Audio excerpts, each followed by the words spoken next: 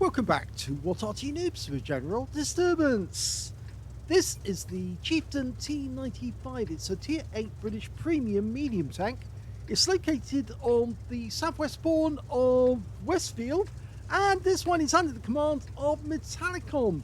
And he sent us in a couple of replays to have a look at. And the first one, he's in platoon with the Chimera and the Iron Army. Game on.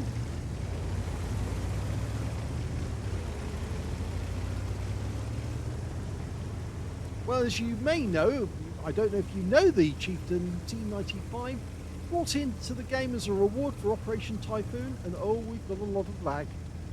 Oh dear. Well, we'll carry on with the replay for the meantime. The Chieftain T95 was a project to actually fit the Chieftain turret, which was very, very tough indeed, on top of an American tank with a variety of different guns.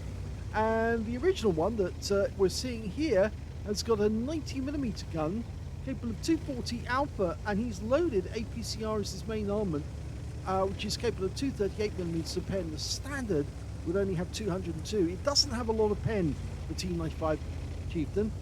It's a bit low, but it's kind of like another crossover.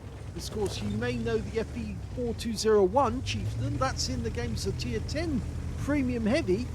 This one is the Premium Medium.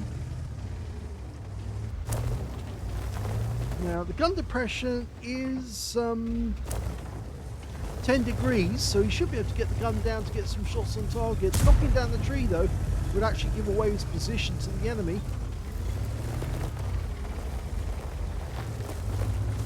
Now, the turret is very, very tough indeed. If you ever look at the armor profile for this tank, you'll realise that straight away. The upper plate's fairly strong as well on the hull, but the lower plate is fairly weak.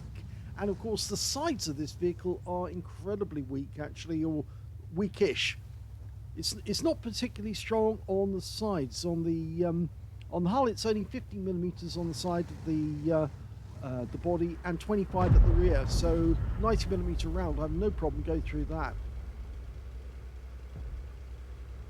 Okay, we've got to wait and see if there's any enemy tanks nearby. There is one. It's been spotted. It's a Panther M10. Gets around him before he disappears and gets a low roll for 236. Now, I think one of the reasons why he didn't go up to the corner is that this particular tank, although it accelerates quickly, it doesn't have a very fast speed. It's only 42 kilometers an hour, so I don't think he would have been able to get over there in time. Puts another round into the King Tiger. It's the King Tiger captured.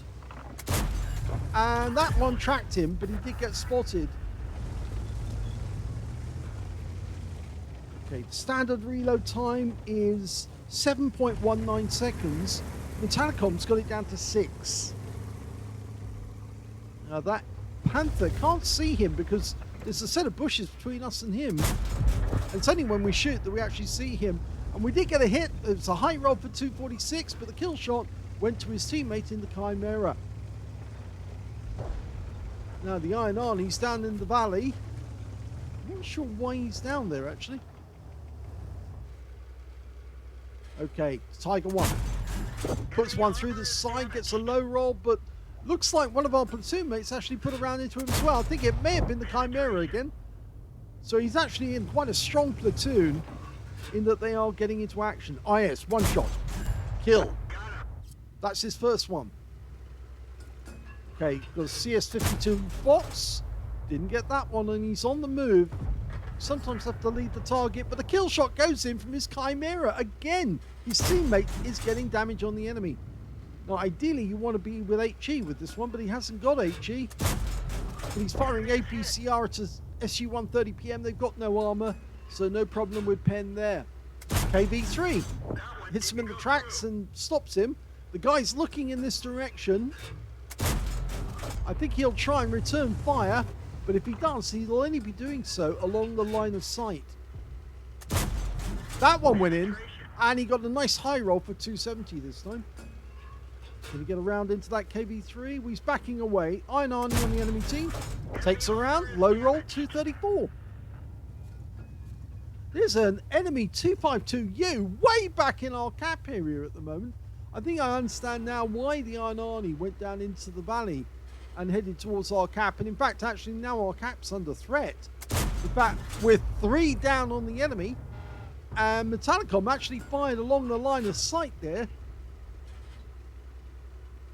So it's only Metallicom's team that's actually had any success. And it looks like, well, they're in trouble here. The enemy 252U's not gone into the cap, but he is threatening. And that was a nice hit, the high roll for 250. Can he get another one in? Yes, he does. And he gets another high roll for 248. Iron Arty, same one he's hit before, but he changes his mind because there's some tanks threatening our teammates. And, oh, he spots that KV3, the one he hit earlier, and he got a fire. He's a light, but he puts the fire out. He takes another round, and one more should be enough to finish him off. Trying to pick the spot. He gets the kill. 2 kills now. In fact, the Chimera's got 2 kills. He's got 2 kills, and the Iron Arty's only got 1 so far. But they are doing well as a platoon. They've got most of the kills from their team. And now they're 4 down on the enemy. They're really going to have to turn this around if they want to win this. SMV's backing up. Will he back up enough to show us his rear? Meanwhile, Tiger 1, same one he hit before. And that's another kill. So that's 3 kills now for Metallicom. Oh, what happened there? That should have gone straight through. I think it hit the gun. No, that one went right over the top of the tank. Metallicom's going to have a huge bill for his shells at the end of the game, though. He's firing nothing but premium. He doesn't have to worry about his right because the Chimera's holding the right. Although he has been hit, the Chimera's been hit. He just lost a load of hit points. Can't see that Object 252, but we can see the enemy Striv, who just got wiped out by the Chimera. Firing blind at the SU 130 PM.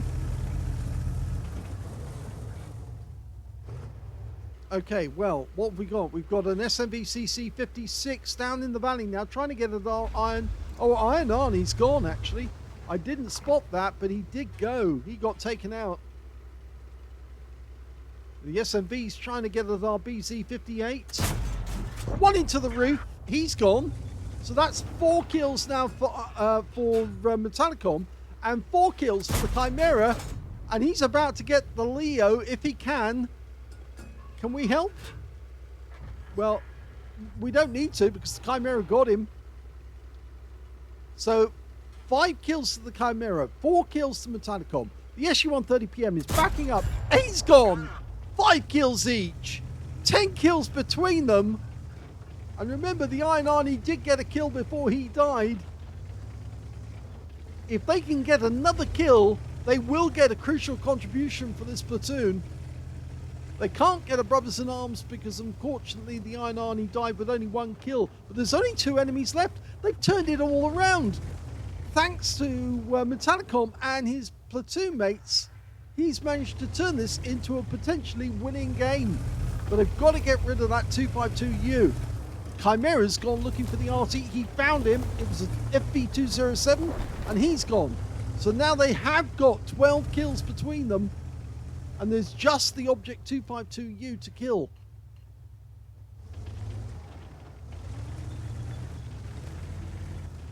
Now it does have a good view range, this tank, 400 meters, so he should be able to spot the enemy. He probably has more or a very close view range to that of the Object 252U. Can't see him. He's not started capping yet. Our teammate in the Chimera is making a long way over the top through the village to get down to the other side of the cap. If the enemy 252U's gone up the other side to try and get around and behind Metallicom, he should spot him and then we'll be able to take action. But he's just holding here for the moment to make sure that that 252U doesn't start capping.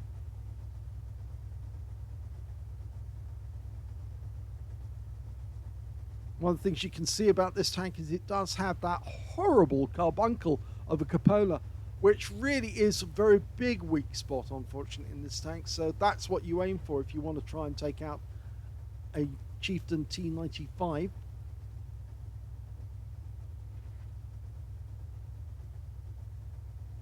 Chimera's making his way over. He's at the hill confrontation area, and I think he's just checking out all the possible spots that the 252U might have gone to. Of course, that 252U might have gone north, to not just to escape, but also to try and stop us from capping, and we've been spotted. And he's right in front of us. He must have come up through the bushes and wiped out by Metallicom. So 6 kills between them. Top guns all around. Here's the end of battle results from the first game, and it was a first-class tanker for Metallicom in the Chieftain T95, and in fact that was his first class in this vehicle. He managed to get a 5 for effect for doing more damage than the hit points to his own vehicle, Master Gunner for getting 5 armor penetrating shots in a row, as well as a Bruiser Medal for getting at least 5 critical hits. In fact, he got 14 in this one. And yes, they did get the crucial contribution because they managed to get more than 12 kills in their platoon. And it was a 3-man platoon as well at that. They got 13 kills in total. And both players that were active at the end of the game also got top guns because they got 6 kills apiece. Let's have a look at the win rate. 9,291. That's Super Unicum and more. So very, very well done indeed. Let's have a look at the team score. Well, we can see the highest scorer in the game turned out to be the Chimera, who managed 5,536 hit points of damage. Second highest damage went to Metallicom with 4,003, and the third highest damage went to that Object 252U, who stayed alive quite a long time. He got 3,943 hit points of damage, so he was probably their best player. And the Iron Arnie on their team, well, he died fairly early on in the game, so he didn't get a chance to get a huge amount of damage, but he did get 1,121, and he also got 1 kill, of course, and that helped to get the crucial contribution.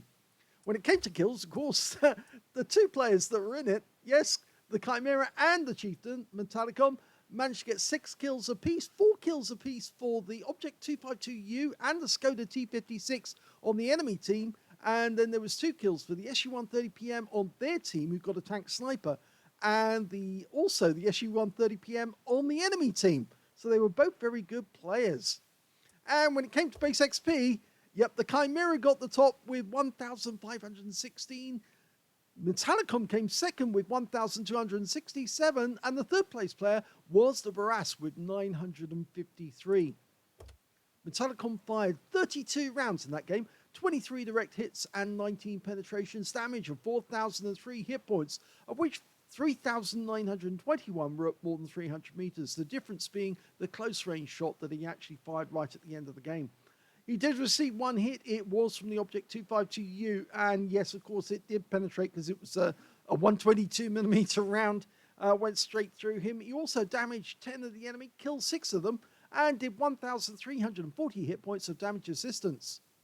He only earned he actually got a loss of 45,567 credits, and that was mainly down to the premium ammo, because he came into the battle with nothing but premium to get the extra penetration. This tank doesn't have great penetration with its standard rounds. That's why he loaded the premium, the APCR, but it did cost him because there were some shots he fired at SU-130PMs. If he'd actually fired an HE round at the guys instead, I think he would have got more results, especially that round that hit the gun of the SU-130PM. I'm pretty sure he did hit the gun of him, and as a result, it didn't do any damage. If that had actually been a standard HE round, it would have done some damage, because, of course, it's a very, very lightly armoured tank destroyer, the SU-130PM, and the HE would have affected it quite dramatically.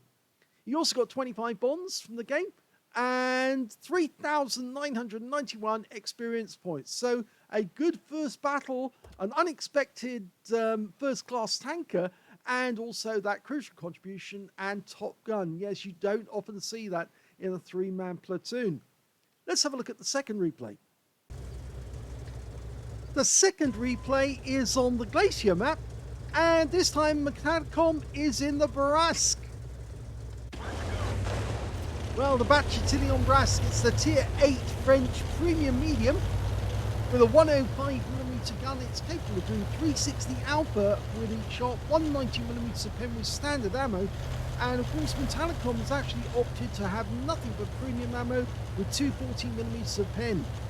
This is a very fast medium tank, capable of 62 kilometers an hour, because it's based on 2 light tanks. Yes, yeah, he's thought about going up onto the carrier, but he's changed his mind because there's 2 tanks that could see him and shoot at him, and he decided no, it wasn't worth making the risk of going up onto the carrier and getting hit. Ooh, well, he's not the only one. The enemy Arty knows where he is as well and just took a shot at him. The enemy Arty in this game is 2 GW Panthers. One of them is good, so he's got to be careful that he doesn't get hit by the guys, because he's got very, very thin armor. The maximum armor on the front of the hull is 40mm thick. On the sides it's 20, and on the rear it's 20, but on the turret it's only 15mm at the front, 10mm at the sides and the rear. So he's very vulnerable to an HE round from an Arty. Very vulnerable indeed. But what he does have is the ability to rush up on an enemy tank and put 2 rounds into them for 720 hit points if he gets an average roll. And that could be crucial, because that's a sort of damage you can wipe out an enemy tank that's already taken a few hits. So it's an ambush tank basically. You roll up, you ambush somebody and take away all their hit points, all that's remaining, that is.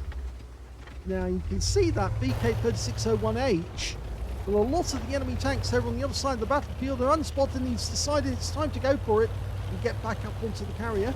Or rather, that was his original intention, and he's managed to get up safely.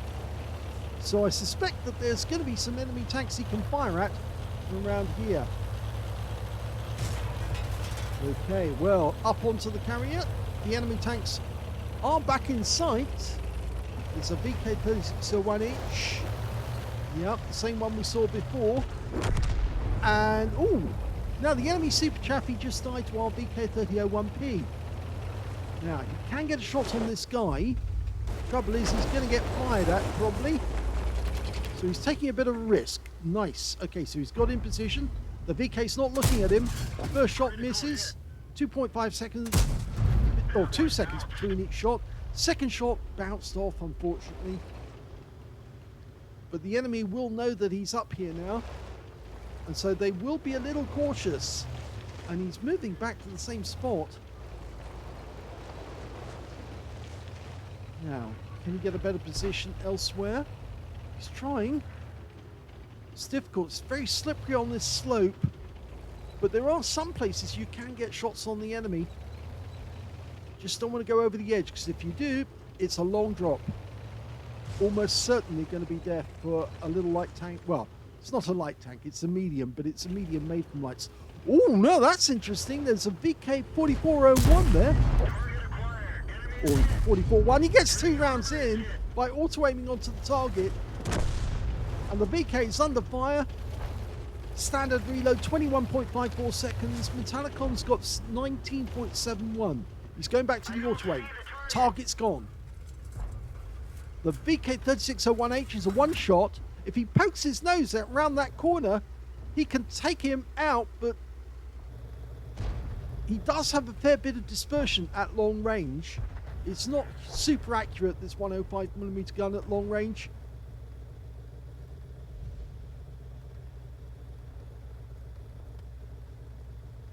Okay, there's no targets in sight other than the CS52 Liss. And he's being told to fall back.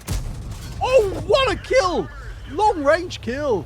Well, scrap what I said about dispersion. That one went straight to the target. And he got an opportunistic kill. He ought to pop the reload though. Get another 2 shells in. Yes, he's done it. Good. Logical thinking. Oh yes, that Super Hellcat suddenly comes into sight. But the thing is, you can see both Arty are focusing on our Tiger 1 at the moment.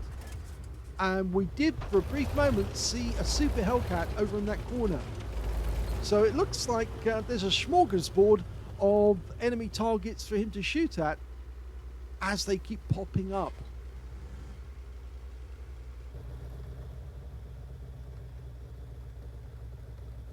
Okay, T52 will probably find that Super Hellcat for us. He's got very good eyes, very good view range. Our Tiger 1 is gone very close to the edge near where the ice is thin. Try and blind firing them out. It's not working. There's the Super Hellcat. Oh, we got that one in. He got a high roll for 363, but unfortunately it wasn't enough to kill him. He's left him a one shot for anyone now. And in fact, he's decided to come off the carrier because really there's not enough... there's not enough enemies left and they're all hiding around their cap area. Now, you might want to go for that Scorpion, that T43. He'll need to get close to the enemy, though. And this is where his speed will really count for him. He's decided to stop in middle of the ice. Oh, missed that one terribly. That's better. 2 kills now. He's got to watch out for that Scorpion, because that Scorpion could do serious damage to him. Remember, it's 128mm gun. Well, he managed to get across without getting shot at, and he's reloaded with 2 shells. And that T43 is now very, very vulnerable to a one-shot. And he's out the game just like that. Pops back down before anybody can shoot at him. He was spotted, though, by the T43, and his teammate, the enemy's teammates, will know where that's where he is now. He didn't pop the reload. I would have popped the reload. He's still only got 1 shell. He's been spotted again, so somebody could see him when he popped up. And I suspect that it's those bushes directly in front of him, where he's looking now, that actually he was spotted from. Enemy Arty's been seen. He auto-aimed on, fires one round in. Oh, he got it! But the Basotto is in those bushes where I thought there was an enemy. And he did take 1 hit. 330 hit points, unfortunately. So we're popping the reload and 4 kills now. Who's next? The Scorpion, we can see where he is now. And he's decided that it's easier to actually take this very sneakily and come round behind the Scorpion. Can sneak up on him. The only worry is that Basotto. Will the Basotto see him? No, he hasn't spotted him so far. The VK is going to help us. The VK might distract that Scorpion and we can go in round behind him. He's decided to do that. This could work. 720 hit points ready. If he comes up behind the guy, he won't be able to turn his turret in time. Oh, a lovely kill! And he sneaks past the wreck to avoid getting shot at by the Basotto and past his teammate. And the VK just managed to get some damage on the Basotto because he was spotted by Metallicom. Metallicom picked up the spotting assist. Now he's still only got 1 round left. There's only 2 enemies remaining. The Basotto's there. He's a one-shot. He's gone. Super Hellcat claimed him. And that means now there's only 1 enemy left, the T34-3. That's a Chinese medium. Okay, he's just about to complete his reload, and he's ready. 2 shots. This could be a possible Top Gun if he can get both shells into the target. We know that he's got 360 hit points left. There's 1. Missed with the first shot. And he gets the second one to get a Top Gun. And that is the end of the game. He's hidden in the bushes. But he definitely won that one. Here's the end of battle stats. And that was a 3rd class tanker for Metallicom in the Bourrasque. He managed a Reaper badge for getting at least 3 consecutive shots and kills on the enemy, as also getting a fire effect for doing more damage than hit points for his own vehicle, and also a Top Gun for getting at least 6 kills in the game, and a win rate of 3,604, which is Super Unicum standard. Let's have a look at team score. Well, he sadly didn't get the highest damage in this game. That went to the Basotto, the guy who actually shot him. 2,779 hit points went to that guy. Second highest damage went to Progetto 46 on our team, who also died. He got 2,316. And in 3rd place, it was the T34-3, the guy that he killed right at the end of the game. Yes, he got 2,259, with Metallicom picking up 2,216. just a short distance behind. When it came to kills, though, he was right at the top with 6 kills. 4 kills went to the Progetto, 3 kills went to the T95. And when it came to base XP, it was the Progetto again. He got 985. Metallicom got 947. And then the GW Panther, who also picked up a Confederate, managed 856. He fired 14 rounds, got 11 direct hits on the enemy, 9 penetrations, damage of 2,216. Of which 1,625 were at more than 300 meters. So a lot of long-range shooting. And as I say, that's unusual in this tank because it does have high dispersion at long range, or relatively high dispersion at long range. He did receive 2 hits, one of which was a penetration, one non-penetration. And of course, it came from that Basotto. Spotted 3 enemy vehicles, damaged 9 of the enemy, killed 6, and 599 hit points of damage assistance. Because he used a lot of premium ammo in this game, he actually ended up with only 111,089 credits profit, but it was a profit. And he also got 2,983 or 2,983 experience points from the game as well. So both games were really good games. This one in the Bourrasque where he got a Top Gun. And also the Chieftain T95 got a Top Gun as well. So he's really hammering away at the enemy. I hope you enjoyed both of these replays from Metallicom. If you did, please give this video a like, do subscribe to our channel, leave a little comment down below because it feeds the algorithm. And thank you for watching.